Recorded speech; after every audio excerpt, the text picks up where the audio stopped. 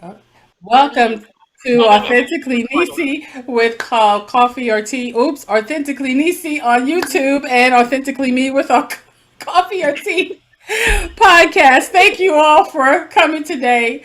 We are continuing our series on all about that M life for the month of March, and I have two very beautiful, very dynamic women as my guests today to talk about career, finance, and how to level up in these areas.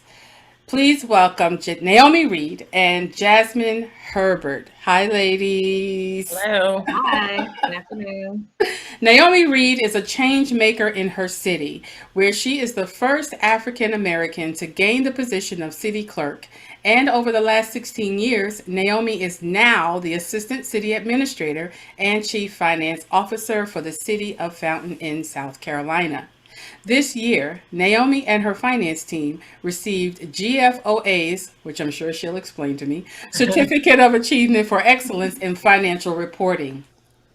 This is the highest form of recognition in governmental accounting and financial reporting.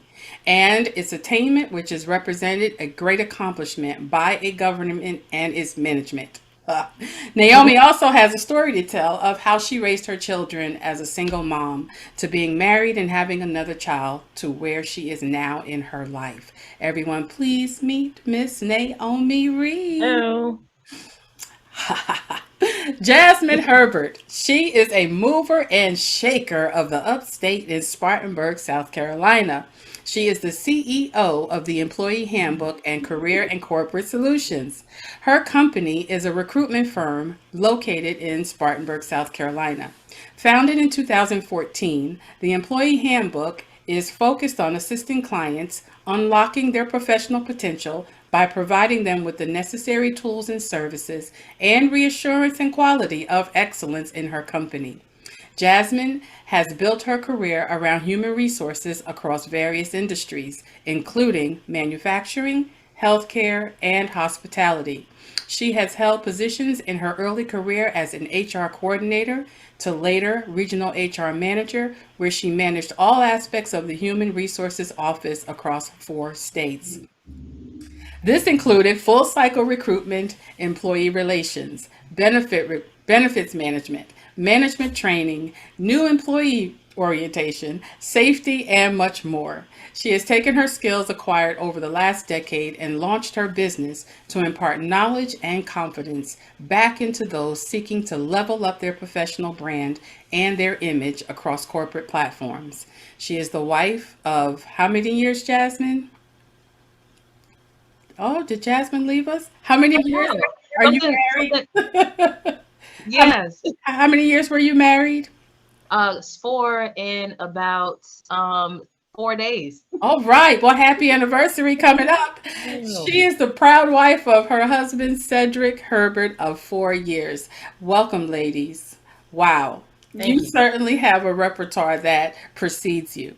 Your years of experience and wealth of knowledge and information can truly be a blessing to those seeking advice on finance and leveling up their careers. So, we will begin with you, Naomi. Can you Okay. share with us a bit about your story and the upward climb from first African American city clerk and female to assistant city administrator and chief financial officer in your city? Yes. So I actually started as the business license clerk, part-time, stumbled upon Fountain Inn, headed up to Greenville to see my grandmother and got lost on 385. So I pulled off thinking I was getting off an exit to go to a hotel because Fountain Inn, and pulled off and saw it was a whole town. Pulled into what I thought was a school, was actually one of the city buildings. And when I walked in the door, there was this little lady with little kids on, and I had the twins. They were 8 months old with me, and my oldest son, Isaiah, he was 3 years old at the time. So we all walk in, and I walked to the counter and I asked for directions to get to back to Stone Ave. And the lady gave me directions. And before I was about to walk out, she said, "Are you looking for a job?" And I wasn't. I mean, I was looking for a change from Columbia, but I was not actively looking for a job. But I said, sure. I took the application, filled it out, sitting there with the two carriers on the floor and Isaiah leaning the application on his back, filled it out. She said, "Oh, you have beautiful handwriting." And I just, didn't think anything of it, walked out the door, got in the car. By the time I got to Nana's house, my cell phone was ringing, and it was the city of Fountain Inn asking me if I wanted to come back in for an interview. So I came for the interview, walked in the room after going to buy a suit from Goodwill because I had to stay the night to get to the interview the next day. And the mayor, city administrator, HR director, public works director, all for a little old part-time job. But I just walked in with all of myself and did the interview, and they offered me the job on the spot. And ever since 2006, I've been a city employee and upward climb from there. Awesome. Awesome. That is amazing. So tell me how was it for you to be in that office as the only at the time African American female, or was there other African American females? There was one other. She was the municipal clerk, and now she's the judge. But at the time, there was no management. There was one city council member, Black female, myself, and the judge. That's it. Okay. And how was that atmosphere for you all there at that small little town in that office, that area? What was the atmosphere like for you? It was obvious that we were the only Black females in the city, and often seen as the help, just there to get coffee or to make copies, and not necessarily given the same tools to professionally develop as the others. So it was obvious that we were there to do the job of an assistant.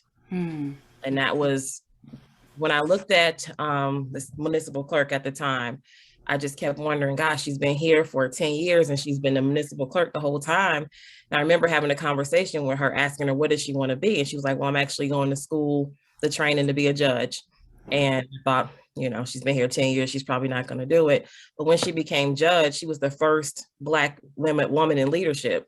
And so whether she knows it or not, but that was my inspiration to want to be in a leadership position in Fountain Inn. Awesome. Awesome. So speaking of that, gender bias and institutionalized racism, Jasmine, can you share how you dealt with it, if you have dealt with it at all in human resources? Yeah, so I think because I started my career so early in human resources, I had a very short stint of what I call being a regular employee, which is somebody who's not behind the scenes, who has that power to make those decisions or influence people to dig deeper into the way that they are, challenge the status quo of how things are. So for me, my perspective is a little bit different, but having to be able to have those conversations, which seems like common sense for a lot of people, having to have, talk to managers about why you should hire somebody, or, why you shouldn't just assume that because somebody is, coming from the same college or university as you, that they automatically fit the bill. So it's me consistently having those very challenging conversations to people who, whether they want to or not, want to listen to what I have to say because of me. So walking into it being young and Black and female, I had to prove myself over and over and over again. And so it was frustrating in the beginning, because it was like,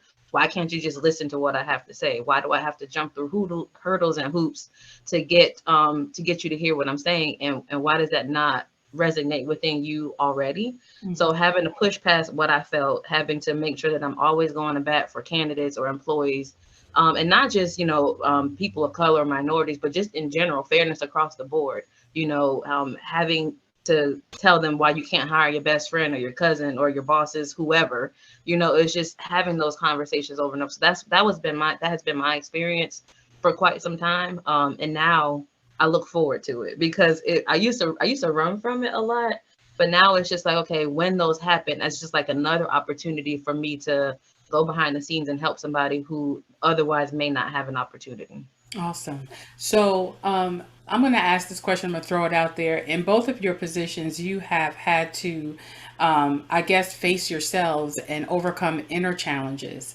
to be the very best that you can be as women. So have you ever dealt with imposter syndrome?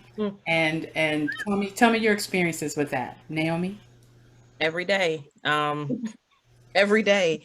Even like Jasmine was saying, now my role is a little bit different. I'm able to impact the organization at policy decision making tables, and not just after the policy is made and then having to execute. I'm actually at the table with them making those decisions. But while I'm sitting there, I'm thinking, if I say this, is it good enough? Do I say it this way? Do I, I don't change my tone at work. I sound the same way. But that took me some time to get there. Like, I had my work voice and then I had my home voice. But I don't do that anymore. But I still, in my mind, I'm thinking, why am I at this table and am I contributing? And I don't think others at the table have those same thoughts. I don't think they're having inner battles like we have the whole time. So having to fight that battle, come up with the policy, and then, rally the team to execute it, it has been a challenge and continues to be, because I often think, having to question, wow, I'm here, Yeah. and do I have to offer the same thing that they have to offer, because of the constant questioning that I do of myself and sometimes from them. And Jasmine? Yeah. Every day, even still. And I think it's a matter of trying to unlearn behaviors that I don't even know where they came from. Like, I had an event the other day, and I was trying to share with students about how much time it took me to go from, not knowing who I was and not knowing who I wanted, and that the years of just like not understanding what this internal frustration was. I was frustrated with putting on a show because it wasn't me. And when you think about having to unlearn that stuff, it is difficult. So what Naomi was saying, the internal battle, when you're at the table, it's just like, all right, first, and is what I'm even down to like what I'm wearing, is it too loud? Is it going to be a distraction? Is how I sound, my voice is deep. I don't sound, Right. dainty and feminine. So it's just like, is that going to come across like very aggressive? And I hate that word. But then so you're having all these layers of conversation at the same time. I'm trying to make change. At the same time, I'm trying not to come across a certain way. And I was like, you know what? At some point, that's too much pressure to put on one person. And whether somebody else is going through that battle or not, like I can't I can't get sidetracked by that. And so I just recently, like literally this year, 2022, told myself, it is what it is. I am who I am, and I have to just bring what I have to bring to the table, and however it lands, it lands. Absolutely. And I think a lot of it was just some of it was ourselves, maybe because of certain situations and interactions, but a lot of it is because of those external pressures and the anxiety of making a mistake, and carrying the weight of being the one and only, or like one of three, or however many, because like you represent, whether you want to or not, a group of people when you're a handful. So it's just like you want to represent yourself, but then also knowing that you have to carry the weight of everything else. It is a lot of pressure. It is. It can be. And I think, too, just like you said, the external pressure is really where we get this idea that we're not good enough and that we don't have a seat at the table when we absolutely do. And Yeah. actually, who we are as a people are trailblazers. We are first of many. And so when we get the seat at the table, and I believe that it's ordained that we be at those tables, when we get the seat at those tables, we have to know that our representation is not only earthly, but it is heavenly, and that God put you at that table for a reason. And I think that's what helps me when I have been passed over for so Mhm. many opportunities. I've hit the glass ceiling in my career, and there is no more upward for me. And I recently attended a conference, and I'm just going to tell you a short story. I recently attended a women's conference of leadership of women in higher education. And of course, I've been in education for over 15 years and am still at the mid level of management when I should be in administration by now. Right. And so being blocked and being looked over and being passed over almost had a bitter taste in my mouth until 2022 when I went to this conference and I listened to college presidents, presidents of national organizations sitting at my table for lunch having discussion. And when I opened my mouth to talk to them about something, I was looked upon as if, oh, Mm-hmm. you're only right there. Poor you. Right. And I sat back And it took me back for a minute because I absolutely felt I belonged at that table, right? Right. Because of my years of experience. And although I'm seated in middle management, I still know administration. Right. My educational background says that I know administration.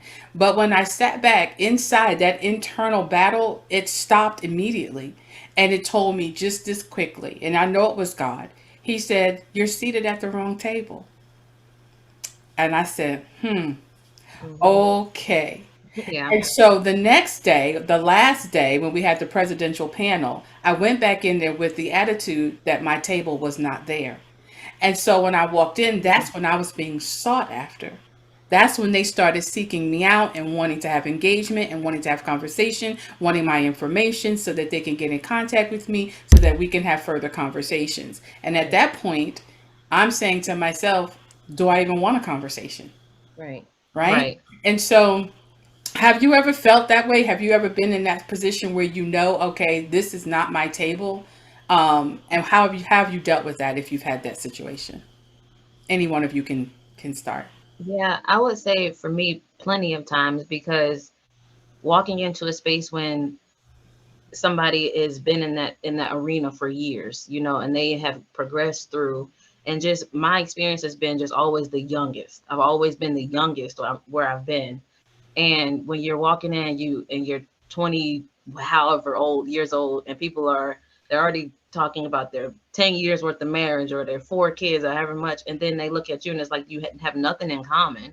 And so when you don't meet at that level, because you know that small talk builds rapport, and people may not think of it that way, but those small conversations start to try to match whatever it is that they can see within you to see if that conversation can go further. But when you don't have that, I was automatically like kicked out of arenas, and I was automatically just looked at as like that young girl over there who's got, oh well, you don't have to worry about that, or you got, it's just all of the assumptions about you as a person. And so they don't dig deeper to find you, to seek after you for information or for value add of any area. And so you're fighting against people's opinions before they even get to know you. And Right. so making you feel like that as a young person, that makes you feel insecure about, am I able to contribute, can I say anything that makes sense or adds value? But then again, you look at yourself and like, I am here for a reason, and so somebody's gonna hear something. Somebody's got to be able to listen to what I have to say, and it starts with believing what I have to say is valuable first before other people will make it make sense. And so then when you have that confidence switch on inside of you, it starts to radiate. And I think it's almost like a magnet. It Mm-hmm. feels like people see you how you see you. And it's just Mm-hmm. like, oh, she is cool. Like she knows what she's talking about. Mm-hmm. She Mm-hmm. knows what's happening. She is smart and she does that value. But now it's just like, I don't care what you think anymore. Because when I did care, you weren't checking for me. And I knew it all along that that's what I had to offer. But it took me doing that. And it's just like, do you even want those kind of people in your circle? Probably not. Right. Hmm. So Naomi, how's it happen for you?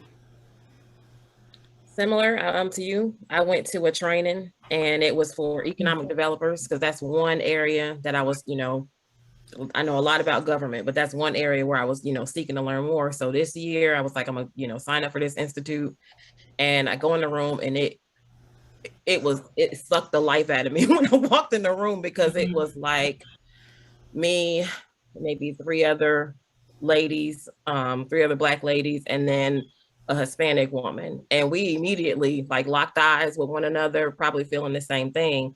But when I sat down in my row, it was all males, all white males, of different ages. And they're like, oh, where do you come from? I see you're the assistant city administrator in Fountain Inn.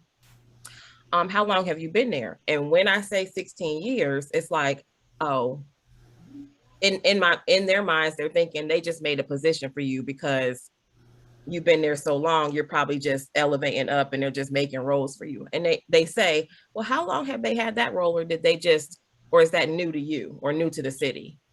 And every time they say it, they do this little hand thing. And I'm It's just like, very dismissive. That's so why are you doing dismissive. that? Yes, very dismissive. And so I recently started talking to a career counselor, and she was telling me to introduce myself, my name, my title. And when they ask how long have you been with the city, I was just to respond to say, I've been assistant city administrator for 2 years. immediately it crushes that whole, oh, you're just here because of time. And then I did that and they start talking to me and I was like, I have the same value in my brain that I did when you knew I was here for 16 years. Right. Right. And then they wanted to ask me out, you want to go to beer and brews or whatever down to this thing afterwards. And I did not. I went to Chipotle and went back to my room and I studied up on what I learned for the day, typed my notes and felt fine. I did not feel alone. I didn't feel isolated. I made a choice not to go down there and further validate myself to people who don't deserve it. Right. And we don't necessarily have to validate ourselves before anyone if we know within ourselves and are confident within ourselves of who we are and what we absolutely do bring to the table. And Right. so I can appreciate your candidacy about how you felt about that, because a lot of us, I'm not talking about just African American women, but women in general, we don't talk about these things that go on in our boardrooms and in our office spaces and in our higher education and academia. We don't talk about these things, and I think it's important that women know that they're not alone when it comes down to this type of stereotyping, I would call it, and making you feel like you're less than. So when we talk about this, we got on the less than side. Now let's talk about the positive side. Both of you ladies, can you share with me who your stronghold? I know, Naomi, you said that the judge was very influential in your life, but who was your stronghold or your person of influence that caused you to be where you are today? Jasmine or Naomi, either one. I have so many. I have It's a like I lot. have a lot too.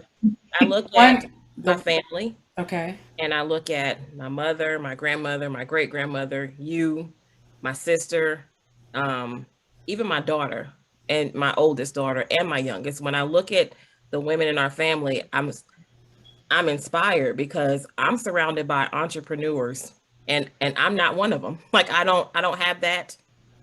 I don't have that in me. But I'm always in awe that our family has that. I mean, even the guys, there are a lot of entrepreneur mentalities in our family and just creative people. And so when I look at my family, that that's my that's my inspiration because we are great. We are we are a great family. And just to be able to prove to myself and to my family that even though I don't have that entrepreneurship um drive, because that's not what drives me, and I made decisions in my past to put me on a path of being a teen mom and doing all these things. My family never turned their back on me, and all of that, all of their, not there, all of you all, all of your, um, all of your drive and everything that you did pushed me to keep going, pushed me not to say, well, I'm just a teen mom and this is why I'm a bum, or like, y'all did not allow me to have an excuse. It wasn't a thing. So that's y'all are my inspiration. Awesome. Awesome. Not a mom. Jasmine, I know A you whole have mom, so but it many. cannot be. Who was your most influential people in your life? I'd have to echo that. I will tell you a story that I didn't even think about until just recently. So I remember just growing up. I just thought that was the standard. I thought that they would have a choice other than to be great. I didn't know that there was an option to be a bum because if I would have known. There were no options, Jasmine. There was There not one were no options. I was like, well, dang, if I'd have known being a bum, I mean, I didn't have to work so hard, but no, it was just, I thought it was a standard. I was like, you were doing things, Naomi was doing things. Like I looked up to everybody. I'm just like, okay, I remember when Tasha got her master's degree, I was like, okay, so I'm gonna go get my master's degree. And then grandma was like, just go get it. And I'm like, yes, go get it. I didn't know that there were other options. So it was just like the standard was always set. Like there was not an option. And so when you have that surrounding you, where that is just kind of like the mindset, and then on top of that, having your own internal desires and passions, like, okay, well, you apply that and push it through, the filter of greatness. Like you don't really have a choice. Right. And so it pops out the way that it does. And I think it's copy and pasted through a lot of our family, the women in particular. and the ideas that flow, and just the ability to learn things behind the scenes by yourself, and just having that inspiration to be able to continuously watch everybody else do things, just like, okay, yes, I can do that when I'm feeling discouraged. I'll see, one of us put something out on social media, or we'll have a conversation about something behind the scenes. And I was like, okay, so we're all going through the same thing. We're all feeling the same thing. And that continuously drives and pushes me to keep going, because it's just like, what, if my family could do it and they've been through things, that means I can do it too. So it's always been an inspiration, one, because when I was younger, I thought that's just what we had to do. And then now, with choices like that is the choice that I probably would have made anyway. So Right. Awesome. Well, I just want to let our audience know that you are my nieces and that we all are family, because not everybody knows that we're family. But I do want to say this, that one of the strongholds of our family was mom. Um, mhm. and that was Mom Joanne, and your grandmother. She was the stronghold of the family, and we lost her last year. And so that took us in a spiral for a minute. But I see that we are regrouping, and we are becoming more resilient, and we are moving forward. And I know that she definitely is, this is something that she definitely wanted, because she saw greatness in our family, and she constantly encouraged that in all of us. So we are making her proud. I do believe that with all my heart. And I think the more that we push forward, the more that we do what we're supposed to do, I think that, she's up there with the Lord, you know what I mean? And I think she's smiling big, and I'm just being real. I honestly believe that with my heart. And so let's take a little switch toward faith and talk about your faith, and tell me how you believe, or what you believe your faith has done in your journeys and in your career. You can Naomi? go ahead, Jimmy. So coming up to Greenville by myself with 8-month-old twins and a 3-year-old, and my grandmother Nana was here, but Jolie was here too, but he was like in Clemson. But just being here by myself and living in a apartment all by myself was scary. And I remember I remember calling grandma every night saying, I think there's somebody walking past the walking past the window. I think there's somebody walking past the back door. And she would say, Naomi, at some point, you're going to have to just trust God and pray. Cast those demons away from that window. And it probably was real people, but, but grandma told me to cast the demons away from the window. And so I mean, every night, because I was so scared living in an apartment by myself, I prayed, I read the Bible, and I still called Nana. But I think having that foundation as a child, growing up in the church, like people like to say, growing up in the church, but also growing up in a home where, mama didn't play. We were going to read the Bible, we were going to pray, and having that foundation helped me not be so afraid to live in the house by myself and not be afraid to raise children, not knowing what I was doing, or not having that crutch in the house of my mother to help me raise them. That that was the biggest thing, knowing that I could turn to the Bible, I could turn to the Lord and ask for help. And I believe the reason why I'm here in this position is not just because I stumbled upon an exit, but I was supposed to be here to help me get away from the stuff that was going on in my life in Columbia. I was going down a dark path, and just getting off that exit, even though it was very physical to me, it was just like spiritual too, getting off that road I was on. And that's to me what I always hold on to. Okay, awesome. Jasmine, what about you? I think with coming into a professional role so early, I felt like if you can visualize like a kid putting their mom's shoes on and it's just too big, like it felt big for me. And so when I felt like that, it was being able to always turn back into what and what is when you're feeling overwhelmed, or you're feeling out of place, or you're feeling scared, or nervous. Similar to what Naomi said, it's just like, for me, I have to quiet my mind down, and I have to find a space to tune out the noise. And that always was, being able to just sit and pray, or just close my eyes, or just try to hear, what do I need to do? Because I was very paralyzed with decision making for years, because I didn't know if I do this, is this going to be this or whatever that looks like. And so being able to sit in that quiet and have the knowledge to know to go and read or pray or try to listen in for what makes sense for your life based on what God is telling you or based on what the scriptures that you're reading are telling you, that can help to kind of lead and guide. And for years that was, and even still now, that is my guiding light. Like when I'm feeling overwhelmed or confused, even with decision making, with transitioning from a full-time job to full-time entrepreneurship, that's years in the making, and I'm right there. And so now it was like, what, had I not been able to lean into what I believe in, that foundation that has been created, I don't think that I would have ever had the courage to go and do what I needed to do.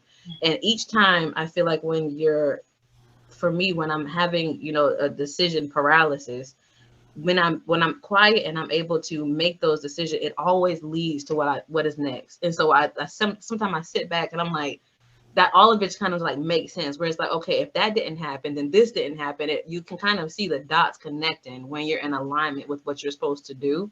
And I can only be in alignment when I have that foundation of quiet faith. When you're sitting and you're praying and you're trying to figure out what to do, it always makes sense. And that's how I know later on you look back and it's like, okay, you did the right thing. You were listening, you were in alignment. Because you can also tell when you're not. Right. When you're not doing what you're supposed to, you can feel it. Things just don't go right. And it's just like, okay, I need to reset myself again. So that's been how faith has taught me to making the best career decisions, I think, that, otherwise I wouldn't have been able to make. Okay. So in understanding that about faith and family and careers, Naomi, what kind of advice would you tell single moms out there who are trying to build a career and juggle the mom life? One, for me, it doesn't define who you're going to be. And if you keep operating like, oh, woe is me, I'm a single mom, people see that.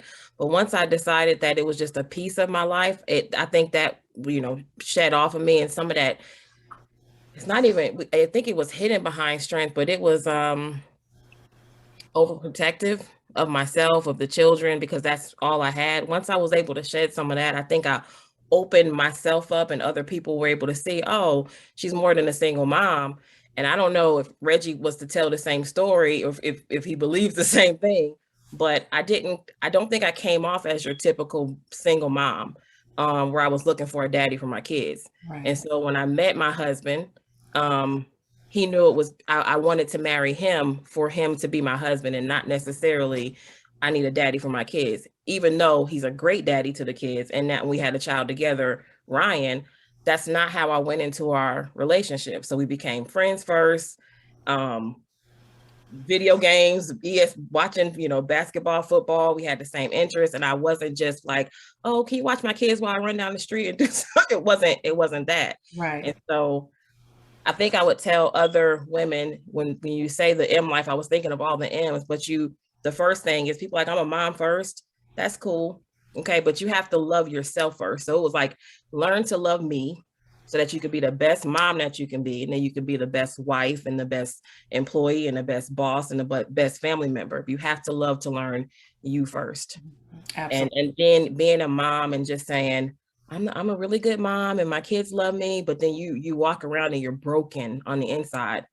You're not really your best self. Absolutely. And in speaking about your marriage life, because that's another part of the M life, both of you share about the support system you have in your husbands, like right now in your area, Jasmine, where you're launching out into entrepreneurship, and Naomi, where you have climbed the ladder to almost second in the city. Tell me where your support system is and how your husband is your support system at this time.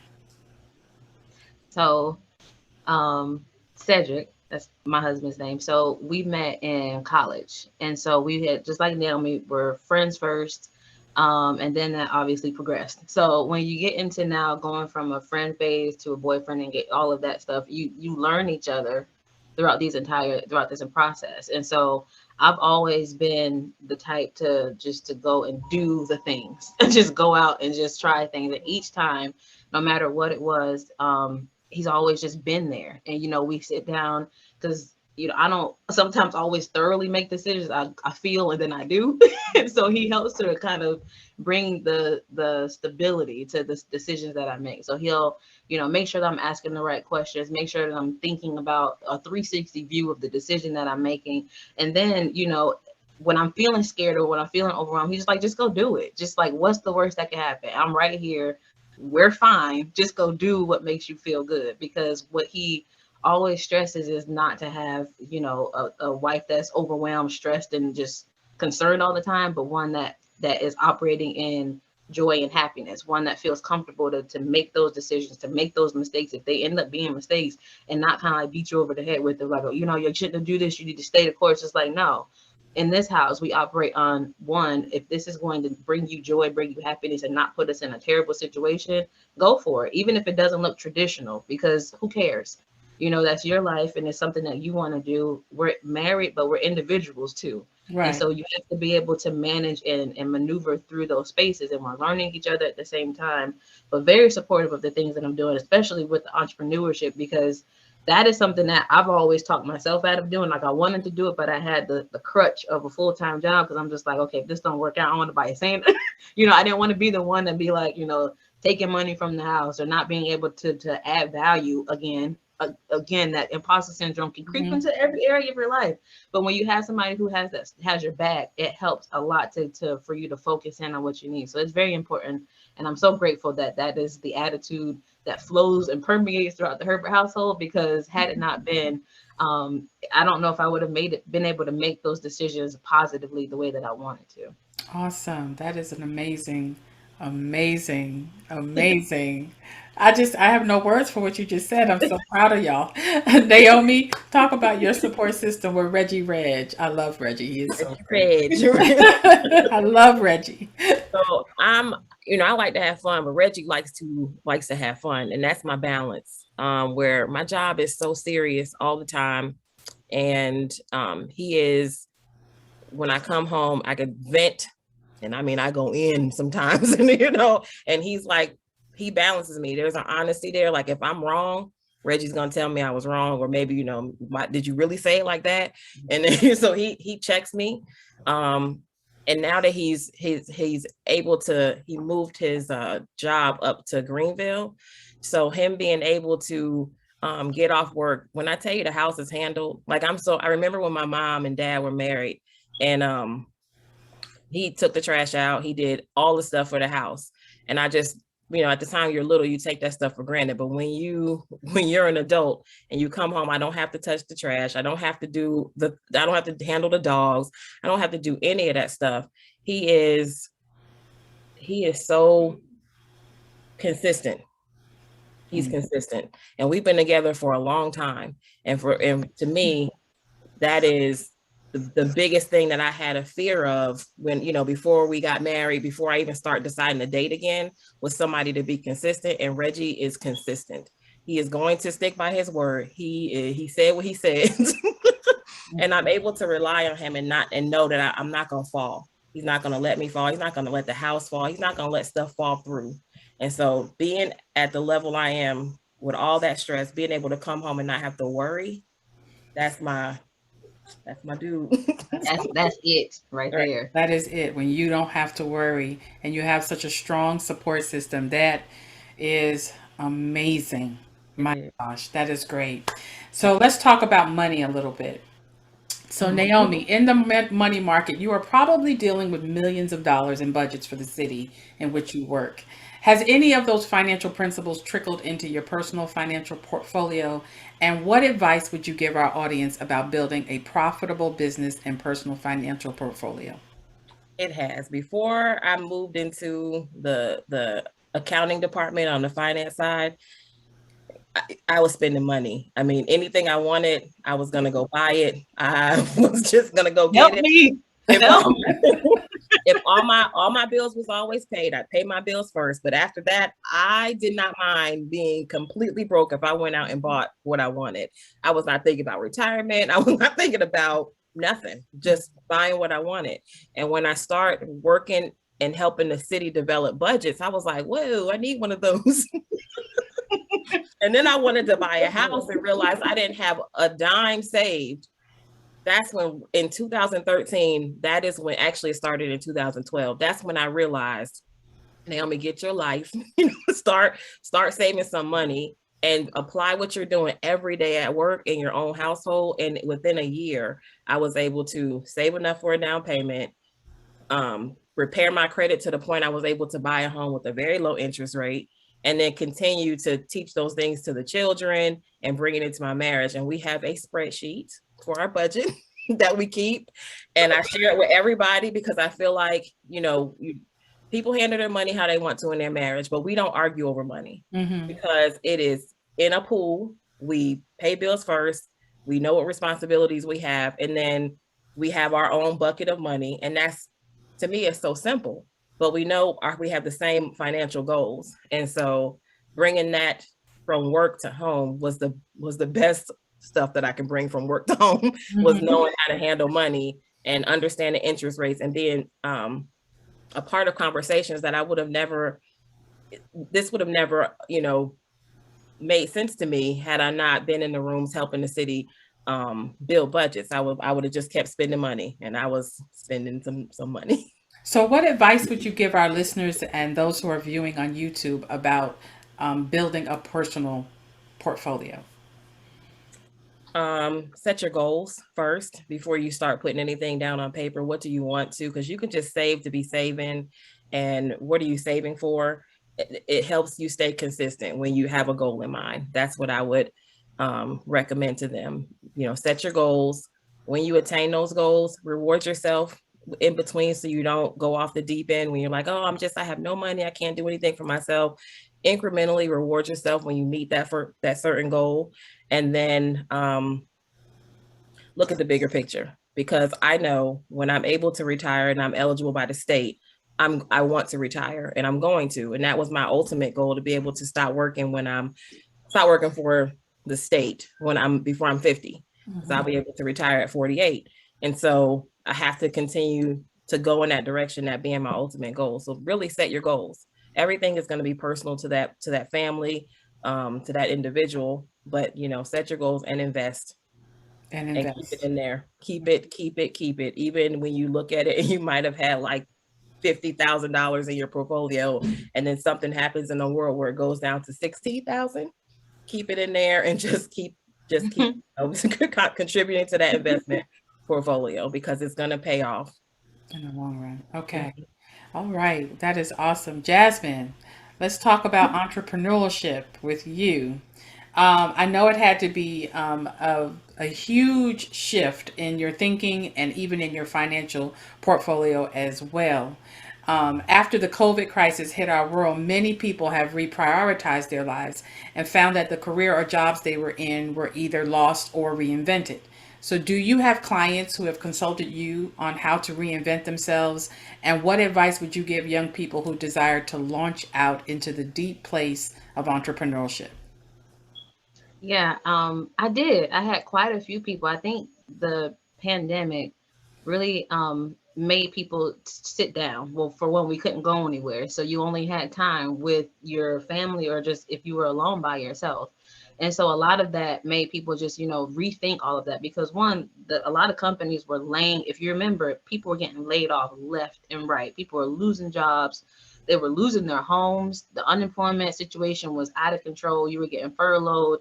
It was heavy, and it was so much so fast. You had no choice but to really just, like, you have to think and figure out, what is it that I want to do, and how can I maneuver or pivot into a situation that, one, is probably straight out of survival mode. How can I go from one to another? But then when you got out of that panic, you realize a lot of people were angry. They were really angry about what happened, because you've got all of these companies who were, oh, we're a family and we love you, we see you, we hear you, all of that. And then the minute something went down, even with that pandemic PPP loans that all of these companies got, they were letting people go left and right. And the narrative about family changed. Now, some of these companies, small businesses for sure, had to do that. But for your larger organizations that had people for 20, 30, 40 years, and you just let them go. Like, I had to participate in that. As HR, I had to participate with gathering people's items and walking them out. That was devastating for a lot of people. And I wanted to let them know, first of all, number one, that's not my decision. So let's just be clear. Number two, you know, this is just seeing it in real time was very, it was heartbreaking because people were like bawling, crying. And so that made them one sad. And I think they went through the stages of grief too, because you had a job. This is all that you know. And then now you have to sit down and rethink that. And that's what you see now. People are tagging it as the great resignation. I like to think that people just have a minute to kind of sit back and figure out what it is that they want. And when you have that kind of mentality shift in the market, you see, you know, the work from home situation, you'll see people going crazy about how they're never going back to the office. You can't pay them to do anything that they used to do.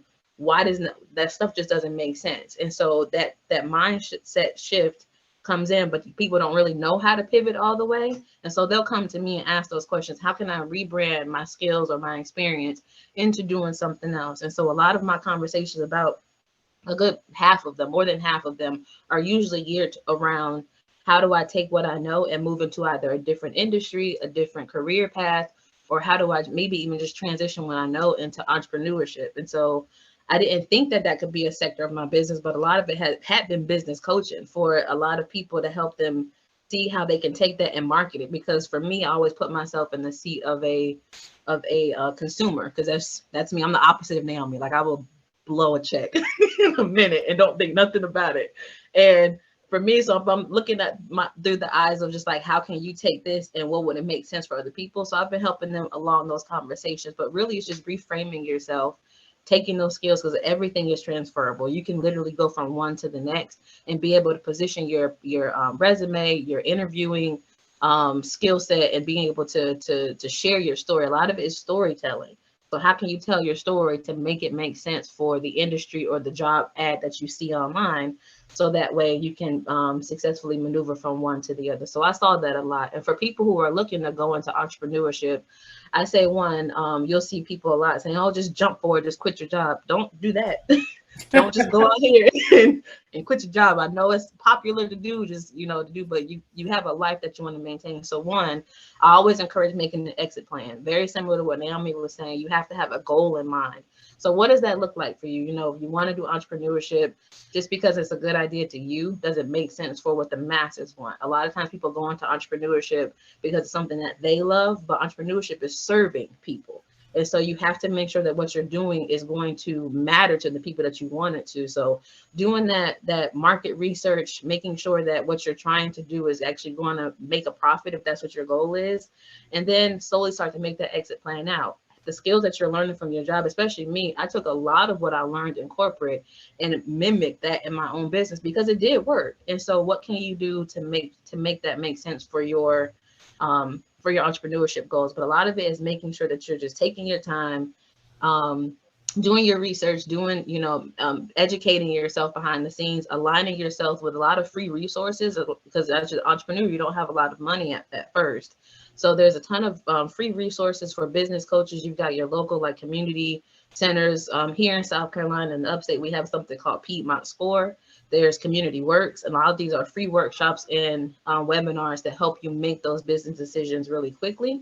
Or amplify minority or accelerate is what they call them. So basically, for minorities, they have different things across the city where you can go through 12, 16, or however many week cohorts and teach you step by step how to do it. So I would recommend trying to find people who are just like you, or people who have been there and done that, and ask those questions, and then make the exit plan to quit your job, because that's going to just add more stress, and you'll be back in the same cycle if you don't take the time to do your research. Awesome. Thank you so much. So, you have, of course, your business of consulting for rebranding. Naomi, are you also consulting for financial coaching as well? No, I don't do any of that. Since I really wanted to shift what I what I do now to focus more on the assistant city administrator role, hired in an accounting manager to be able to shed some of those daily responsibilities.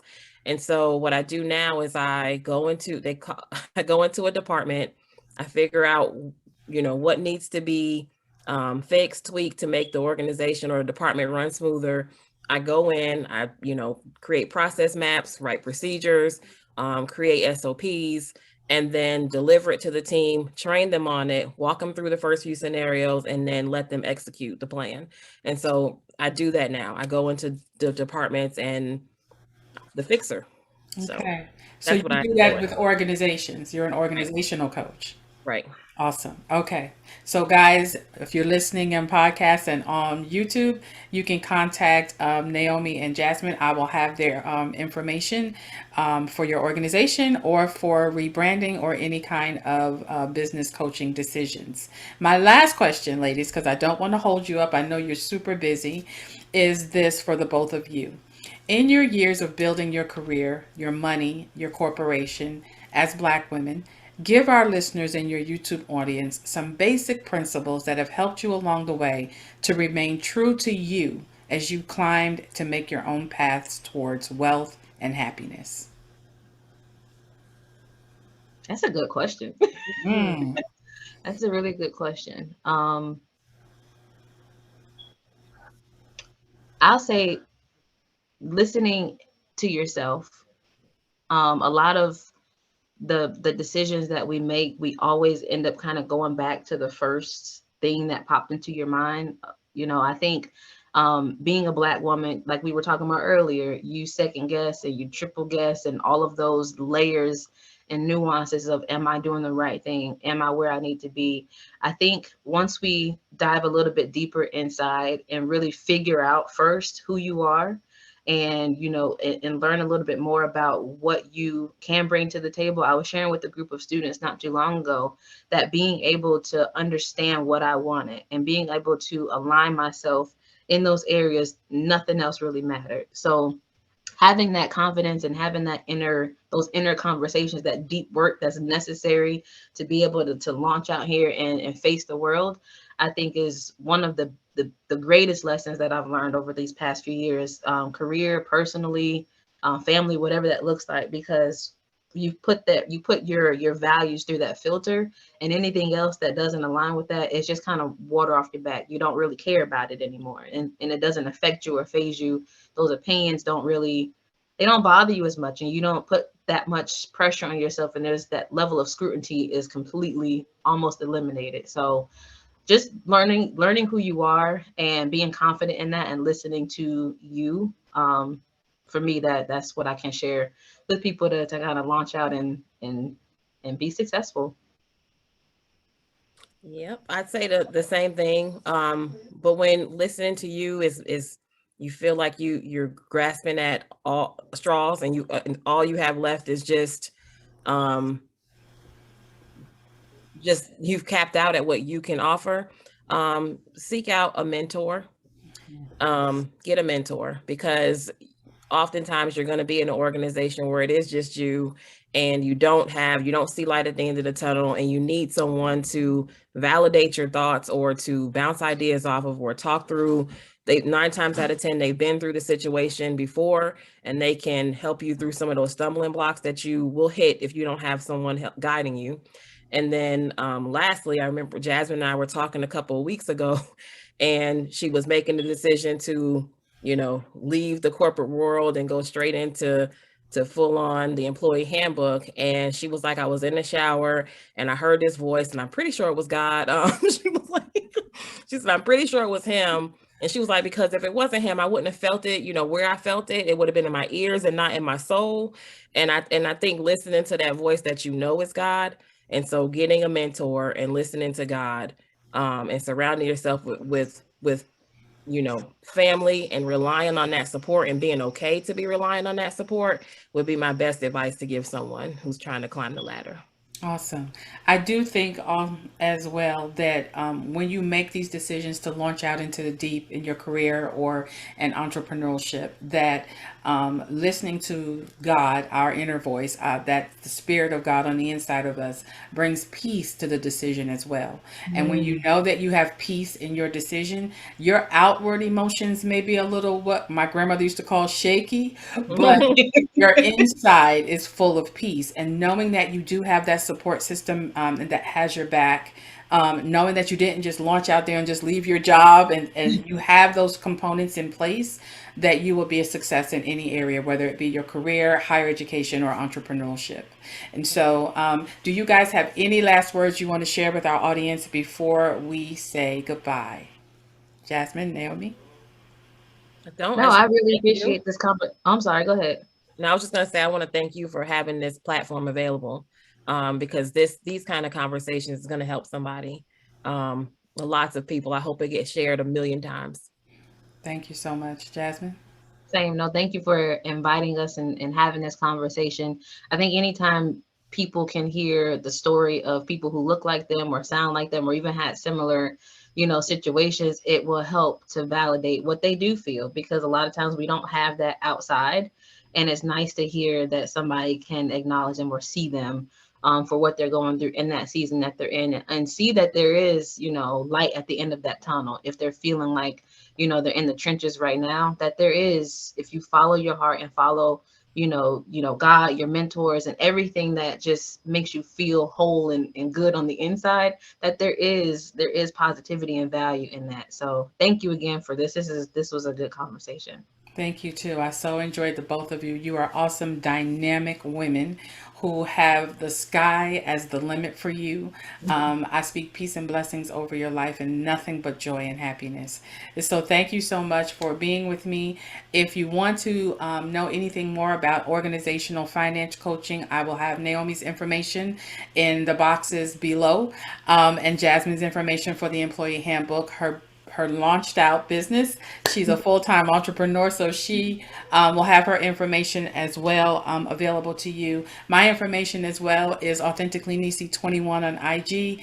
AuthenticallyNisi.com is my website, and I'm on YouTube as Authentically Me with Coffee or Tea. And this is Authentically Me with Coffee or Tea podcast. Thank you so much, ladies. God bless you. And thank you so much, audience, for listening. Please say any comments, write them, send them. We love to hear from you. Thanks, and bye. Bye.